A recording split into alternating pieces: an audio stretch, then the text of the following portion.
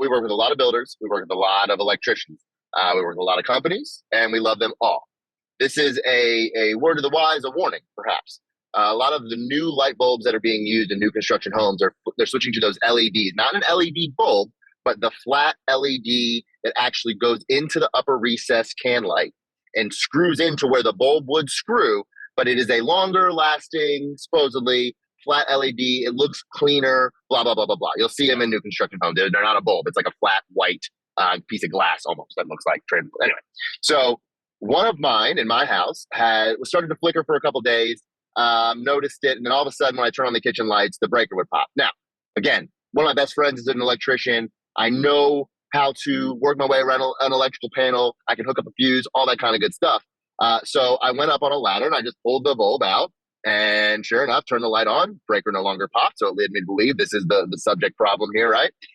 So I called my builder. My builder said, oh, the electrical company who installed has a 5-year warranty. They warrant the product. No problem. Call that company. Hey guys, here's the deal. They say, no problem. Greg, we warrant that product. No worries. We can come out here, 30 minutes. That's going to be a $125 service call. Oops. I said, really?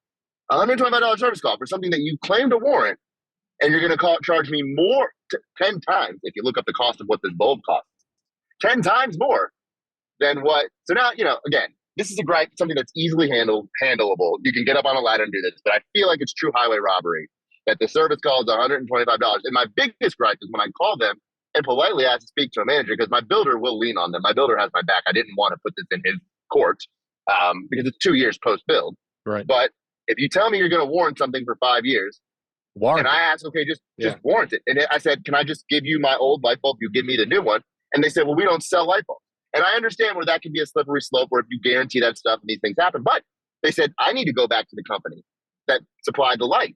Now, if I go back to the company that supplied the light, they're going to want proof of purchase. And guess who has proof of purchase? The electrical company that installed it. So and when I asked to speak to a manager, the manager said, or the lady on the phone said, if they had time. And so that infuriated me more. I said, no, this isn't an if. I'm a client. All right. The point of this, because we're out of time, the point for this is be leery.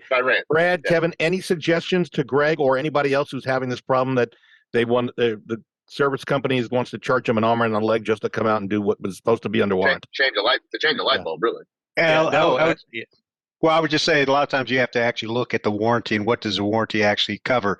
Does it cover the defective a light bulb, but not the labor? Like I said, sometimes you have to look and determine exactly what's being warranted. Not. It's the old bait and switch. Yeah, if it's chicken or the egg, it sounds like. Well, they can't sell it to you. Brad, anything on your end? No, I was going to say. Yeah. So I was going to say the same thing Kevin did. Yes, the warranty covers what? So read the fine print, folks. That's the key, the details. Yes. And if it happens to Greg, it could happen to I always like the lifetime warranty. Is that mine or theirs? Yes.